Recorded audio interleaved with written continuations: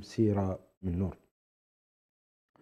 نقرأ هذه السيرة النيرة المباركة في سلسلة أحاديث صحيح البخاري رحمه الله تعالى، وأقرأ عليكم هذه الأحاديث بأسانيد إلى رسول الله صلى الله عليه وآله وسلم عبر الأئمة إلى السند الإمام البخاري رحمه الله تعالى. فقال الإمام البخاري في صحيحه: حدثنا أبو النعمان. وقبل ذلك قال: كتاب العلم، باب من رفع صوته بالعلم، كما يظهر عليكم في الشاشة. قال: حدثنا أبو النعمان عارم بن الفضل قال: حدثنا أبو عوانة عن أبي بشر عن يوسف بن ماهك عن عبد الله بن عمرو قال: تخلف عنا النبي صلى الله عليه وسلم في سفرة سافرناها، فأدركنا وقد أرهقتنا الصلاة ونحن نتوضأ، فجعلنا نمسح على أرجلنا، فنادى بأعلى صوته: ويل للأعقاب من النار، مرتين أو ثلاث. هذا الحديث أيضا أخرجه الأئمة مسلم وأبو داود والنسائي والترمذي وابن ماجه والإمام أحمد والدارمي، كلهم عن عبد الله بن عمرو، وله أيضا شواهد من حديث عائشة وأبي هريرة رضي الله تعالى عنه ومعيقيب ابن أبي فاطمة الدوسي رضي الله تعالى عنه وأرضاه، وغيرهم من الصحابة الكرام. وهذه القصة التي حدثت مع رسول الله صلى الله عليه وسلم لم أقف على أي سفرة من السفرات هي التي حدثت، وغالب العلماء يقولون بأنها حدثت في حجة الوداع، ولكن ليس هناك أي دليل يثبت متى حدثت هذه القصة. وعلى كل حال هي كانت في إحدى سفرات النبي صلى الله عليه وآله وسلم وما أكثرها. وهنيئا للصحابة الكرام الذين اختارهم الله أن يكونوا في صحبة رسول الله صلى الله عليه وسلم مؤمنين، وأيضا هنيئا لهم أنهم سافروا مع رسول الله صلى الله عليه وسلم في كثير من غزواته وأسفاره عليه الصلاة والسلام. والنبي صلى الله عليه وسلم غالب أسفاره إما لقتال وإما لأداء حجة أو عمرة. وكما لا يخفى على شريف علمكم أنه عليه الصلاة والسلام غزا 27 غزوة أو 28 غزوة، وأرسل 37 سرية، وحج بعد حجته في بعد هجرته صلى الله عليه وسلم حجة واحدة فقط. وكان في بعثته قد حج عليه الصلاة والسلام، ولكن بعد هجرته فلم يحج إلا حجة واحدة التي سميت حجة الوداع. وأما عمراته صلى الله عليه وسلم فقد اعتمر 4 مرات معروفة لدى أهل العلم. هذه معظم سفرياته صلى الله عليه وآله وسلم، ولا شك أن هذه القصة حدثت في إحدى هذه السفريات. والله سبحانه وتعالى يقدر المقادير لكي تتعلم الأمة من نبيها عليه الصلاة والسلام. ولذلك كان هذا النبي الكريم صلى الله عليه وسلم يختلط مع الصحابة ويسافر معهم ويأكل معهم ويمشي معهم ويختلط في أسواقهم. وقالوا: ما لهذا الرسول يأكل الطعام ويمشي في الأسواق. ولذلك كان صلى الله عليه وسلم موجها مؤدبا معلما آمرا بالمعروف ناهيا عن المنكر. واليوم مع الأسف كثير من العلماء والمشايخ أصبحوا يطبعون في بيوتهم مع الكتب والتأليف والتصنيف، في حين حاجة الأمة لهم في أن يتعلموا من هديهم وصمتهم، وأن يتعلموا من العلم الذي نالوه في تعاملهم، سواء كان ذلك في السوق أو في المسجد أو في الأحياء أو في المناسبات أو في الطلعات أو في النزلات، فيتعلم الشعوب منهم. هذا للأسف معظم العلماء حقيقة منعكفين على هذه الكتب، وبلا شك أن الكتب مهمة، لكن أهم من ذلك كله أن يكون العالم مختلط بين الشعوب فيأمر وينهى ويصلح، وبين المتخاصمين وهكذا. ولذلك كان هذا وصف النبي صلى الله عليه وسلم: وقالوا ما لهذا الرسول يأكل الطعام ويمشي في الأسواق.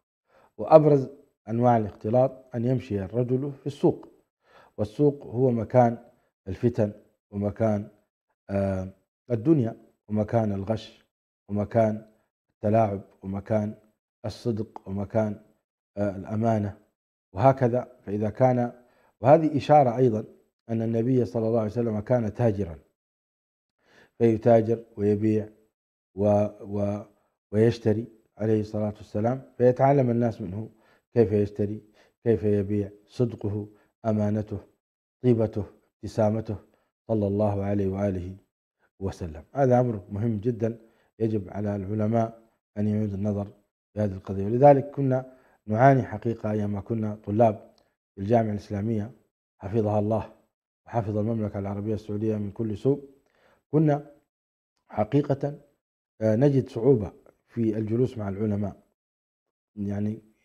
يعني قلما تجد جلسة أو قلما تجد عالم يستجيب لندائك حينما تقول له نريد أن نزورك أو ندعوك للحضور معنا في مجالس مع طلبة العلم نستفيد منكم ومن علمكم.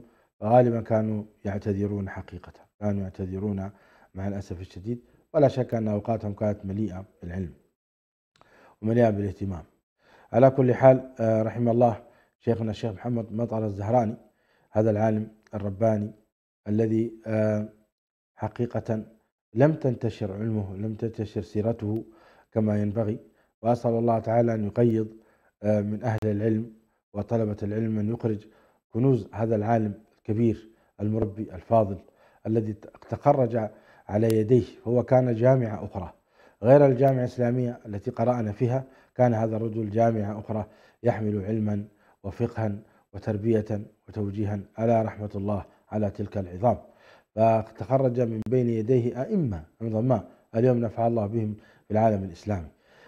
ذكرته لماذا؟ لأننا كلما قلنا له سنزورك كان يقبل، وإذا قلنا له زورنا فكان يأتينا في بيوتنا المتواضعة. كنا طلابا فقراء لا نملك حقيقة إلا قوت يومنا إن صح التعبير، فكان هذا العالم الكبير يقبل ويأتي متواضعا وينصح ويعظ ويوجه. ألا رحمة الله على شيخنا الشيخ محمد بن مطر الزهراني. أقول أيها الأحبة، هذا الحديث أخرجه أيضا الإمام مسلم رحمه الله تعالى برواية هي أكثر وضوحا من رواية الإمام البخاري. قال عن عبد الله بن عمرو، قال الإمام مسلم بسنده عن عبد الله بن عمرو قال: رجعنا مع رسول الله صلى الله عليه وسلم من مكة إلى المدينة، حتى إذا كنا بماء بالطريق تعجل قوم عند العصر فتوضأوا وهم عجال فانتهينا إليهم وأعقابهم تلوح لم يمسها الماء، فقال رسول الله صلى الله عليه وسلم: ويل للأعقاب من النار، ويل للأعقاب من النار، أسبغ الوضوء. قال هكذا بأعلى صوته صلى الله عليه وسلم. أراده الإمام البخاري في باب أداء التعليم بأعلى صوته. وكانوا قديما لم يكن عندهم مكبرات صوتية كما هي اليوم الحمد لله في دروس الحرمين الشريفين والمساجد العامة في جميع أنحاء العالم.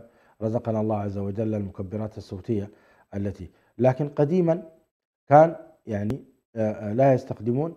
فكان النبي صلى الله عليه وسلم يستخدم بعض الصحابة الذين كانت أصواتهم جهورية، منهم العباس بن عبد المطلب.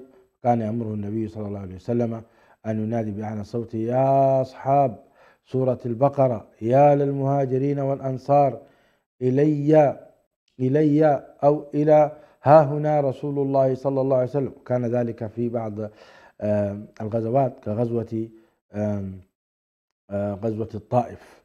غزوة الطائف حدث فيها ما حدث، والتي تسمى غزوة حنين: ويوم حنين إذ أعجبتكم كثرتكم. وكذلك كان من اشتهر بأعلى صوته أيضا بارتفاع صوته الندي بلال بن رباح رضي الله تعالى عنه وأرضاه، جدنا هذا الحبشي المبارك الذي رفع شأن الحبشة. بلال رضي الله تعالى عنه جدنا وابن عمنا، فكان صوته جميل. لما رأى عبد الله بن زيد في المنام الأذان قال: علمه بلالا فإنه أندى منك صوتا. فبلال أكرمه الله عز وجل بصفتين: الصفة الأولى أن صوته عالي، الصفة الثانية أن صوته جميل. أندى منك صوتا يعني صوت فيه رخومة، وفيه نعومة، وفيه يعني ترنم جميل جدا. إذا استمعت إليه فإنه كان حقيقة يريحك. فكان بلال مؤذن رسول الله صلى الله عليه وآله وسلم، وكان مبشر بالجنة. إذن هكذا كان لرسول الله صلى الله عليه وسلم، وكانوا يستخدمون هذا. بعض أئمة الحديث أصبحوا يستخدمون رفع الأصوات من خلال لما كثر هذا العلم وكثر مريديه، أصبح العالم يجلس كالإمام ابن حجر العسقلاني مثلا، إمام حافظ موسوعة. اليوم يعني مفتي جوجل وشات جي بي تي يذكرونك بهؤلاء الأئمة، ولا شك أنهم أئمتنا أدق في ذلك، أدق من شات جي بي تي وأدق من مفتي جوجل كما يقولون. جعلهم الله عز وجل أمخاخهم كمبيوترات عميقة، لا تكاد يمر عليهم لفظ لم يقل النبي عليه الصلاة والسلام، أو راو لا يعرفونه. هكذا جمع الله لهم هذه المعلومات، وأعطاهم من العقول والهردسكات إن صح التعبير ما يحفظ هذا العلم، لأنهم يقومون بمهمة عظيمة وهي تبليغ هذا الدين. فكان الإمام ابن حجر رحمه الله تعالى، وهو موجود في سلسلة هذه الأحاديث التي سمعناها من شيوخنا، وهو موجود في ضمن سلسلة هذه الأسانيد، إمام عظيم، الإمام الحافظ ابن حجر رحمه الله تعالى رحمة واسعة، وجمعنا به وبنبينا الكريم في الفردوس الأعلى من الجنة. هذا الإمام كان إذا ألقى درسا بصوته، كان بعد مسافة من العلماء يجد طالب علم يقف فينقل الحديث إلى من خلفه بأعلى صوته، لأن الصوت كان له حد. الآن ليس درس كيميائي حتى أشرح لكم يعني الصوت في مساحة كم دائرة قطرية، كم مساحتها ينتقل من كل جهة لا أستطيع أن أضبط ذلك، لكن صوت البشرية على كل حال له حد معين، فيأخذ الحد الذي بعده عالم آخر أو طالب علم فينقل لمن خلفه، هكذا حتى كان يصل إليهم الصوت. وفي زمن النبي عليه الصلاة والسلام كان يعني يرفع صوته فيقول: ويل للأعقاب من النار، ويل للأعقاب من النار. هذا هو مناسبة ذكر هذا الحديث في هذا الباب، أن الإمام البخاري رحمه الله تعالى ذكر لنا هذا الحديث ليبين لنا أن النبي عليه الصلاة والسلام كان عند الحاجة يرفع صوته بالعلم. وفي هذا فيه فائدة أيضا أخرى، وهي الأمر بالمعروف والنهي عن المنكر. هؤلاء الصحابة يعرفون الوضوء الشرعي. قال الله تبارك وتعالى: يا أيها الذين آمنوا إذا قمتم إلى الصلاة فاغسلوا وجوهكم وأيديكم إلى المرافق وامسحوا برؤوسكم وأرجلكم إلى الكعبين. فهم يعرفون هذا الوضوء بتفاصيله، ولكن غسل القدمين من أركان الوضوء، وكان لا بد عليهم أن يغسلوا هذا الجزء، فهم تعجلوا ومسحوا مسحا. وكانت بعض مواقع العقب ليس فيها ماء، ليس فيه. فرآهم النبي عليه السلام فنادى بأعلى صوته حتى يسمع المخيم كله الذي خيم مع رسول الله صلى الله عليه وسلم. وربما كان ذلك أيضا لأن الصلاة قد أرهقتهم، يعني أدركتهم. تقول أرهقني الوقت أي أدركني الوقت، فمعنى أرهقتنا الصلاة أي أدركتنا الصلاة. فكان الصحابة رضوان الله عليهم يتعجلون، وقال بعضهم لأن الماء كان قليلا فتزحموا عليه وتعجلوا حتى لا تفوتهم الصلاة. وهذا أيضا يدل على أن بعض الصحابة كانوا يؤخرون الصلاة لمصلحة السفر فيحصل لهم شيء من هذا القبيل، أو لأنهم لم يجدوا ماء في الطريق فتوقعوا أنهم سيجدون الماء في مكان كذا وكذا، وهكذا أخذهم الوقت حتى حصل ما حصل من التعجل في غسل العقب. طبعا مسألة عدم غسل العقب الجمهور على أن الصلاة باطلة بحال من توضأ فلم يغسل عقبه جيدا أو ترك بقعة لم يصلها الماء ثم اكتشف، وجب عليه أن يعيد الوضوء ويعيد الصلاة، لأنه لم يكتمل. إن الله لا يقبل صلاة أحدكم إذا أحدث حتى يتوضأ، فلا بد أن يكتمل الوضوء كاملا. هذا قول الجمهور، وهو بلا شك الصحيح في هذه المسألة. هذا الدرس، هذا الحديث سنشرحه إن شاء الله بالتفصيل في كتاب الطهارة عند باب الوضوء، ولكن الهدف منه الآن هنا إيصال العلم. وكما قلت لكم في زمننا هذا رزقنا الله عز وجل مكبرات. في بعض الجامعات تجد عدد الطلاب مثلا في القاعة الواحدة 100 طالب 150 طالب، فيأتي البروفيسور يريد أن يلقي المحاضرة لا يستمع إليه، فأتوا بالمكبرات. وفي بعض الدول الملتزمة بالحجاب الشرعي كالمملكة العربية السعودية وغيرها من الدول التي أنعم الله عليهم، فإنهم ينقلون ليس هناك اختلاط بين الجنسين. نسأل الله أن يهدي الدول الإسلامية أيضا حتى لا تختلط، حتى لا تدرس النساء إلا بمفردهن، ويكون هناك حجاب. إذا سألتموهن متاعا فسألوهن من وراء حجاب. فتجد في الجامعات العريقة المملكة العربية السعودية قاعات خاصة بالنساء يشاهدن العالم ولا يشاهدهن، فينتقل إليهن. اليوم التقنية الحمد لله أصبحت عالية جدا، فيشاهدنه كأنه معهن صوت وصورة وهو لا يشاهدهن. نعم، فيلقي درسه ومحاضرته ويحصل بذلك الخير والنفع الكبير، ويحصل بذلك أيضا قطع الفتن. نسأل الله تعالى أن يحفظ أمتنا من الفتن. الشاهد من هذا الكلام أن اليوم الحمد لله رزقنا الله عز وجل هذه المكبرات الصوتية التي تنقل لنا الأذان وتنقل لنا العلم وتنقل لنا المحاضرات والدروس. واليوم أيضا برنامج الزوم لشركة مايكروسوفت أصبح اليوم متاح والحمد لله في كل أنحاء العالم، واستفادت منه الدول، واستفادت منه الأجهزة الدول العظيمة في مناقشاتها واجتماعاتها في فترة كورونا، ولا يزال يستفاد منه حتى يومنا هذا. هذا هو درسنا اليوم. صلى الله تعالى أن تكونوا قد استفدتم، ونسأل الله سبحانه وتعالى أن يتقبل منا ومنكم صالح القول والعمل. هذا والله أعلم وأحكم، وصلي اللهم وسلم وبارك على نبينا محمد. على نهج الرسول لنا مسير، وعند الله للساعي مصير. شغلنا عن طريقك يا حبيبا.